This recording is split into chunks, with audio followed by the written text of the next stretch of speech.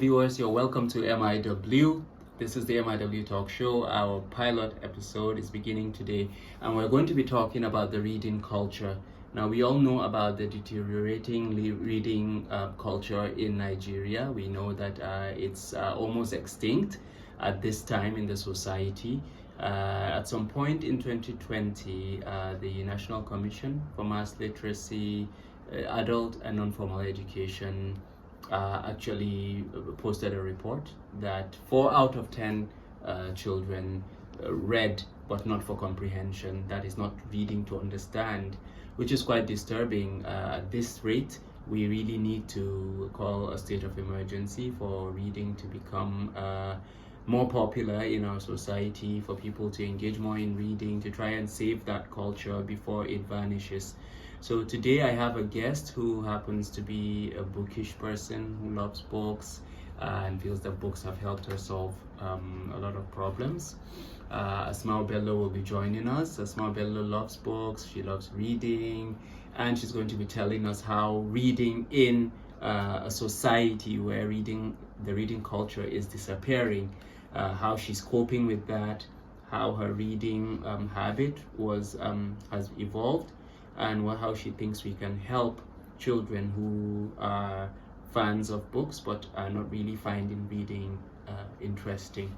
So, Asmau, thank you very much. Can you please show up?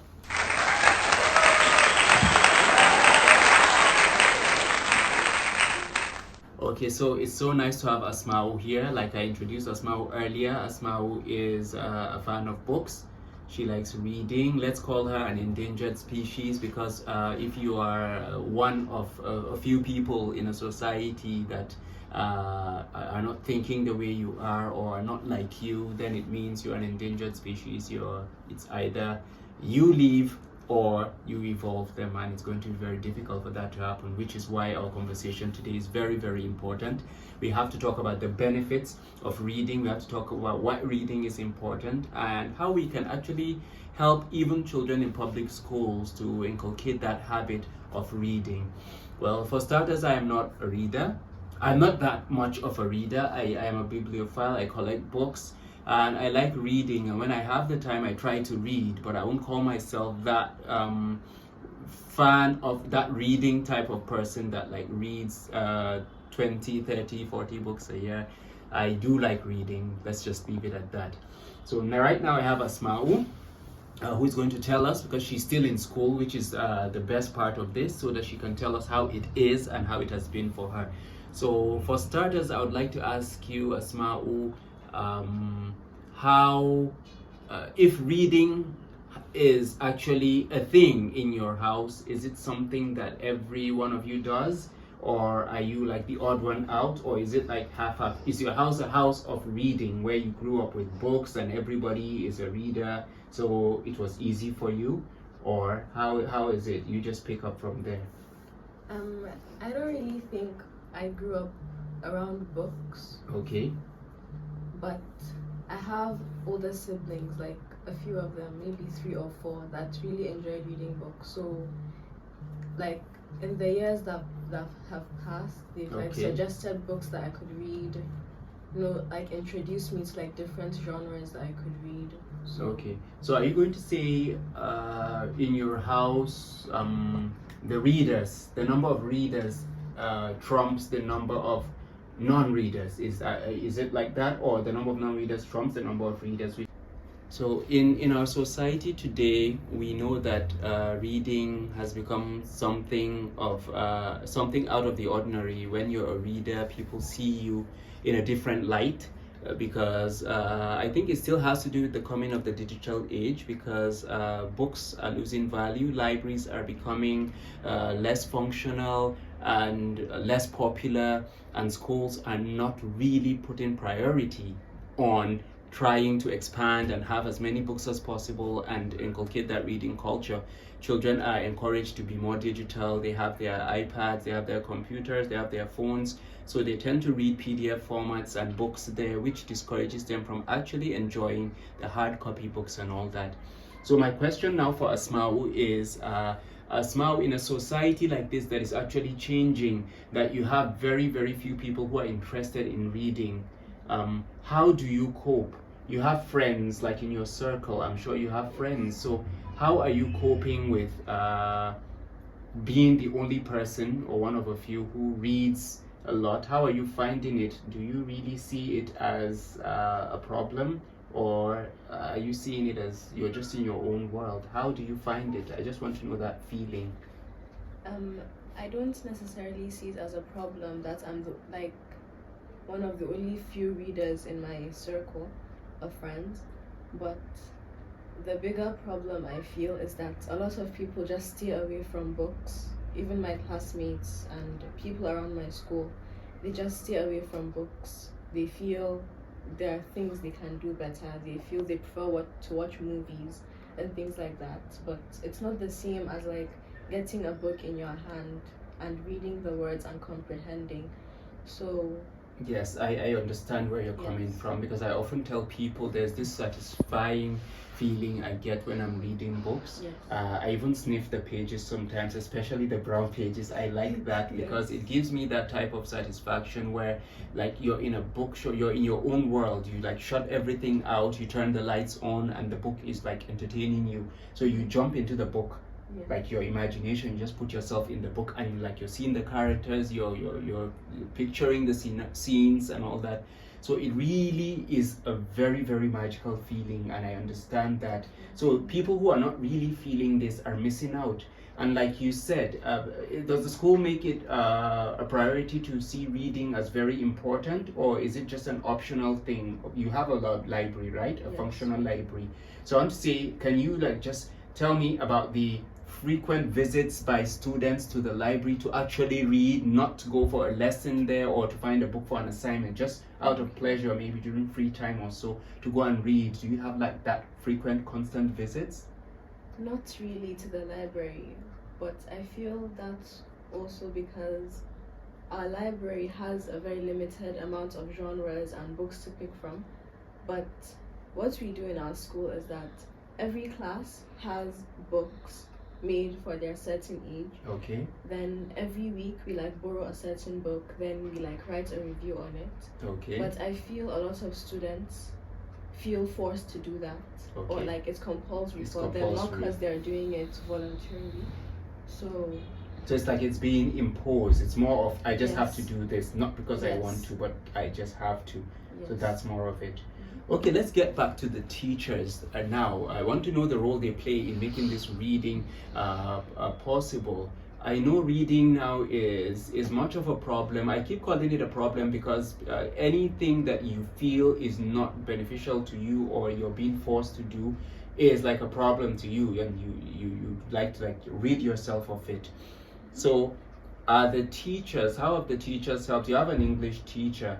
So have they encouraged, I just want to know if the school environment encourages children to read. Of course, you mentioned limited amount of books, and it's understandable because I believe that school is even trying. There are schools that don't even have libraries, or have libraries but they don't have books, they only have textbooks. Yes. So I want to know the role that these teachers play in showing and stressing the significance of reading. Do you have a reading club? Do you have a literature club, literacy club, or something like that, where voluntarily students, children come together to read or rub minds on that level? As a book club or like a reading club, Yes. not really. But there's a certain class, I think it's primary 2 or primary 1, I'm not sure. Okay. But they come together once a week and they like read a book. So that's their own reading club, but it's only for their own class. Okay. So not So the older students, like primary 5 or 6, they do not.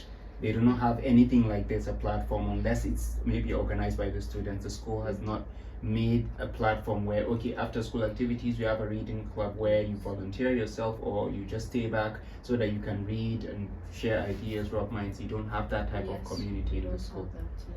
Okay, so you see that in itself is actually another issue too, because it's not being stressed the way that it should. This reading of a thing. Some people read to pass, I know, on the higher level, but right now we're actually focusing on schools. We're focusing on the lower level, pre-teens and the lower primary, where the reading habit needs to be developed. Because if it's not, if you don't see books as fun, you may have a shelf and the books will just be strangers. Like I named this episode "The Strangers in Our Shelves" because they are shelves. Books are there. They get dusty. Some get torn, worn out. You just don't know because you don't even check. You play with toys. You enter. You come into the room. You do all these things, but you do not. So, and we're talking about a private school here.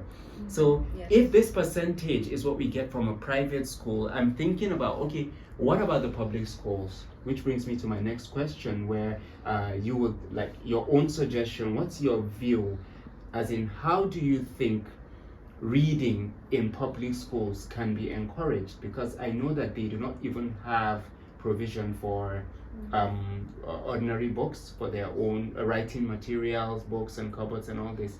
So reading means it can't be a do or die thing, and there will be limited resources for that.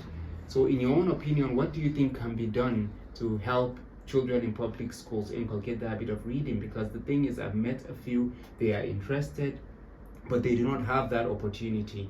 Some of their parents, or should I say most of their parents, are not even literate. So that's already a problem. But what about those who are already know a bit about words and they want to start reading?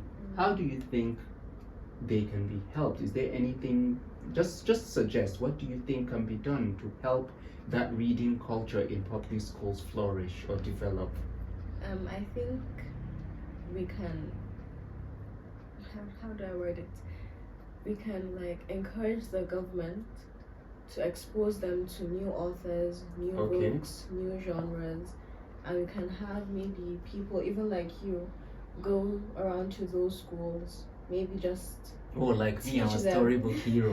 Okay. maybe just teach them about the advantages, even their teachers and their parents, just teach them about the advantages Of of reading. reading and just the advantages of like instilling that reading culture in And how them. it can benefit them, Yes, right? definitely. Okay, I was thinking more of, do you think it's possible to have a program where we mix, because I believe that there's a huge gap and void between public and private schools. There's that Yes. gap where this is where the line is drawn. Public schools cannot fill that void, let alone reach where the private schools are. So I'm saying, do you think they can meet each other halfway? Is there a way that maybe, like you mentioned earlier, can there be a club or a kind of workshop or exchange program where both schools meet, irrespective of status and all that, just so we see how reading can be very important? Children in private schools would actually open up and show children in public schools how important reading is. They share ideas, they become friends. Of course, that is going to be difficult because of the complex, Yes. but I believe that's a good place to start, so that once that ice is broken, it will be easier to like bring them all together and do it all at once, because they are not on the same level at the moment in Yes. terms of education, let alone reading. So do you think that is possible to do something like that, either a program or a session, or maybe just a club where maybe during the holidays the private schools and reading schools meet, public schools meet in a certain place and discuss all this, have teachers bring them together, group them and talk about reading? Do you think it's going to help? I think it's definitely going to help, and it's definitely possible to do that. So we just need that extra push, and just to instill the interest of reading into the students in both public and private schools. Then we meet in the middle, maybe with a club. Yes, Or- that'll bring them together. Yes, something like that. Okay, and then find a way to actually make the books available to them, because Definitely. that's another problem. Even if they read there, what of at home? That is where they're supposed to be following up on what they learned. So they have to still purchase books. So if I believe there are some, like I know of what's the name? I know of a few NGOs who have been trying, Book Bank and some others who donate books Yes. to schools more of, not individual kids. So I think they can be utilized as well, so that they can provide books on different levels for these children to come and borrow. I won't say buy, because if you say buy, it's still another problem. The thing is money. So and an open library too as well, where they can always come in and read. Borrowing may be a problem because of returning and damaging the books, but what if it's an open space where, okay, even children in public schools can come, as long as they have that, maybe an identification where they can just, yes, a library card, thank you, where they can come in, read for as long as they want and go, especially maybe on weekends. I think that's the plan that we can actually check out, right, if it's going to be possible. Yes. All right, we'll take a breather now, and when we come back, I'll ask Asmau a few personal questions, then we'll have our slight Q&A, and then we'll be good to go. Stay tuned. All right, so we're back, and we've been talking about the reading culture. I have been with Asmau Bello. We've been talking about the importance of reading and how reading is a building block in every child's life or every person's life, because it starts from that small stage and then you grow with it. So we have been pushing for reading to be inculcated in every home. I know that's a difficult crusade or campaign, but it has to happen somehow. And if it doesn't, our education level is falling back, the standards are declining, and we can see the type of products that we get out of not reading. So it's something that we really need to hit very hard until the bell rings very, very loud. Which brings me to my next question, Asmau. How do you think reading in homes can be encouraged? I know of many parents who buy books for buying sake, but find it hard to make their children read. I know it's not something they have to force. I know it's not something they must push, but there has to be a way to make these children read. That's why I always say reading needs to start young. When you get these children at a very early age, age of 3, you're reading to them from 2, and then when they start pronouncing words and reading, you need to encourage it and show them how important it is, even if it's going to be a few minutes a day. The other day I was reading something very interesting. DEAR was the acronym, I think, drop everything and read. There is a country where they give 15 minutes every day in schools for you to pick up something and read. Even the janitors, even the people, the cleaners, everybody in the school, as in for those 15 minutes, you're going to leave whatever you're doing, find a book, newspaper, whatever it is, and read for 15 minutes. I think that is good. Regardless, of course, we want it to be positive. It has to be something that you're gaining from, but it's showing how important reading is. If you can drop everything and read for 15 minutes, as in it's something people respect and see as a routine, it's a good thing. So how do you think in homes we can encourage that?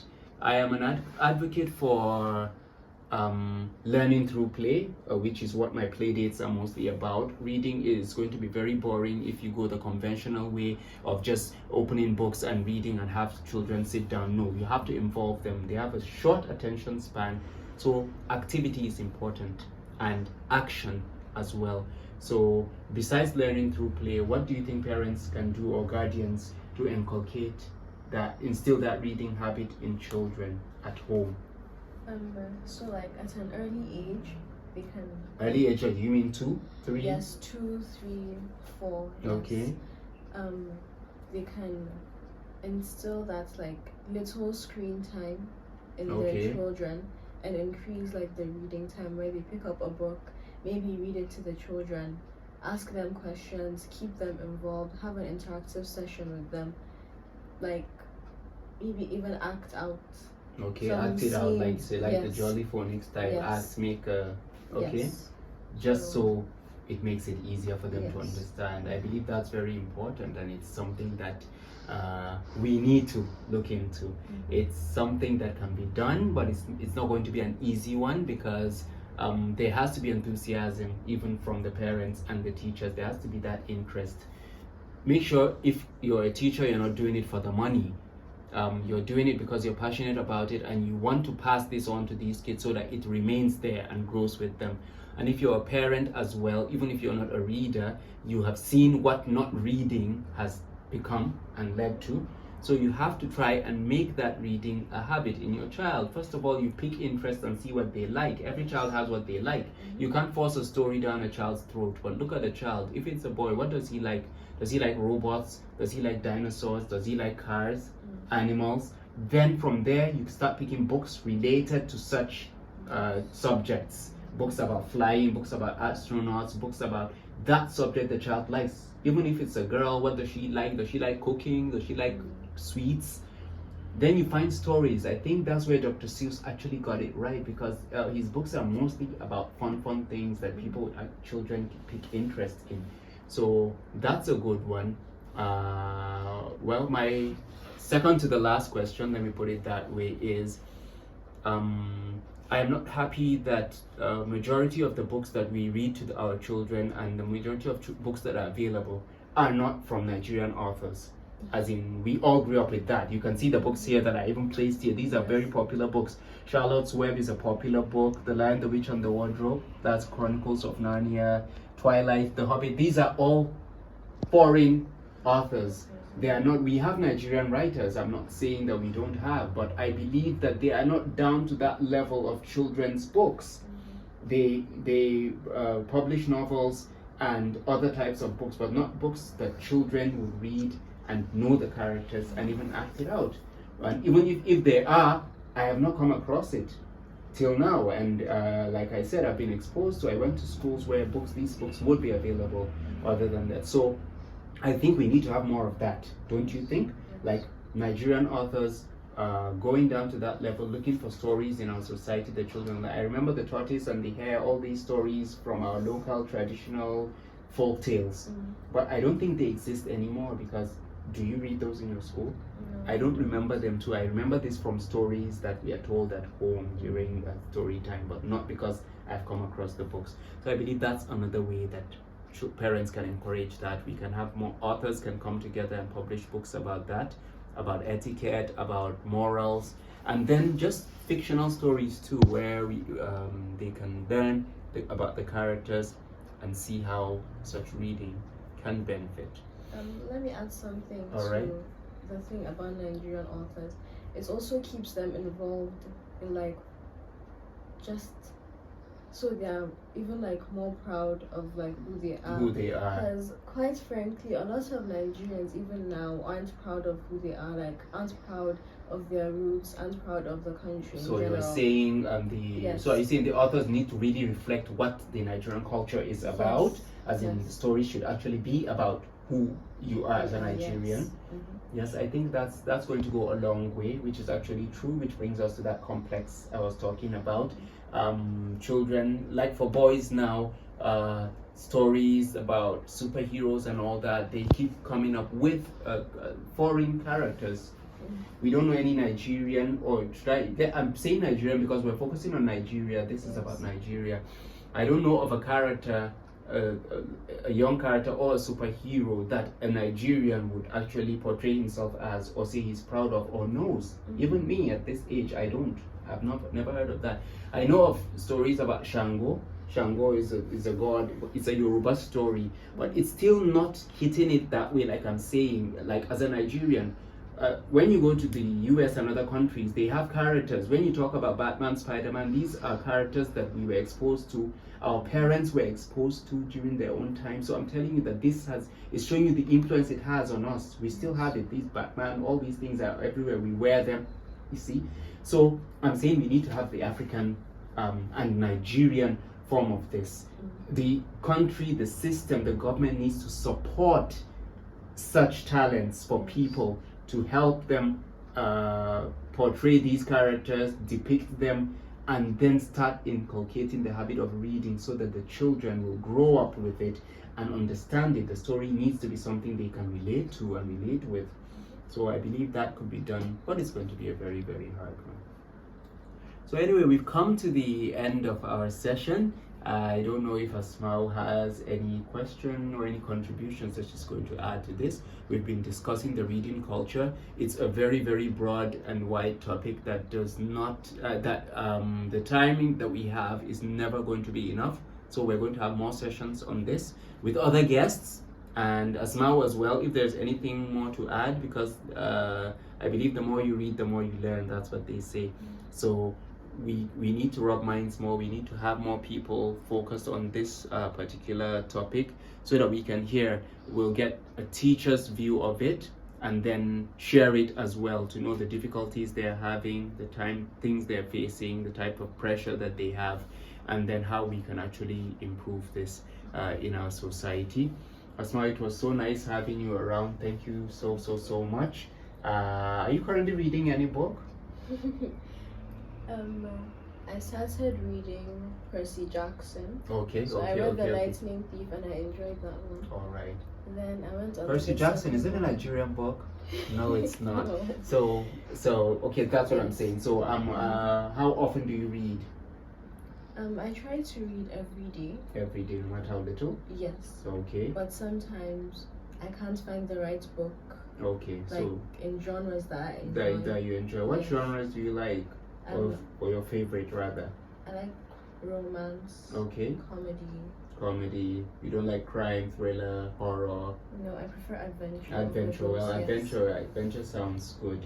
So would you recommend that? Okay, how many books or how often should one read in a month? In a month? Yes.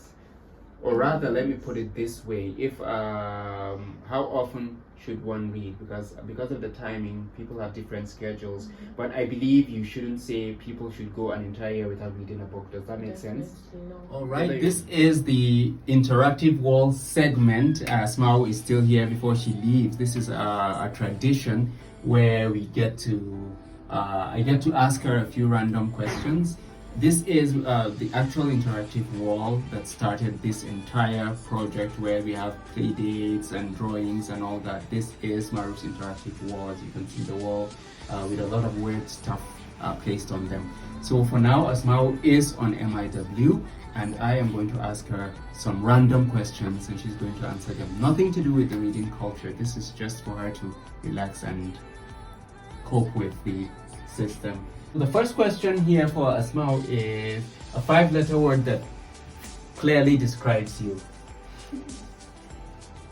I don't know.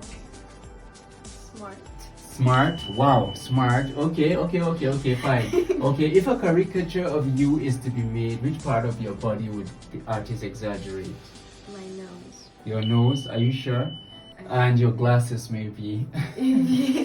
Okay, so now we're skipping that one. Okay, name your awesome pet after one of the planets. Pluto. No, Mickey has already done that. Jupiter. Okay, yeah, Jupiter sounds cool. So, but what animal do you think Jupiter is going to fit? A dog. I think a dog. Anyway, series or sitcom? Series. Clock or watch? Watch. Fruit or veggie? Fruit. Manual or auto? I don't drive. Okay, that's a good answer, but what if you did? Which do you feel? Auto makes it easier for you, or manual gives you the real feel of like being in charge. So, yeah. Okay, what's the difference between a cookie and a biscuit? A cookie is like more chewy and a biscuit is crunchier. Wow. Okay, well, we'll see about that. The last year your age had a 0 in it. How many years ago? 2021. 2021. All right. The most interesting book you've read in recent times? Harry Potter is a great classic, I believe. It remains there. Okay, are you a hammer or a nail? Okay, the difference is a nail is somebody who is always used asked to do something, and then a hammer is the bossy person. Hammer, so you're a hammer. You make people do things. I don't make them. Okay. Okay. So a habit that you cannot stitch or ditch. Nail biting. Wow. Okay. Well, that's a fair one. Anyway, I think that's okay. The last one will be pick 2 meals of the day. dinner and breakfast. Dinner and breakfast. So you'd rather skip the whole time that lunch is Yes. okay. Okay, well, that's it. You heard it from Asmau Bello. She was on MIW with the random questions. Thank you so much for watching. We'll see you again next time. Bye. Bye.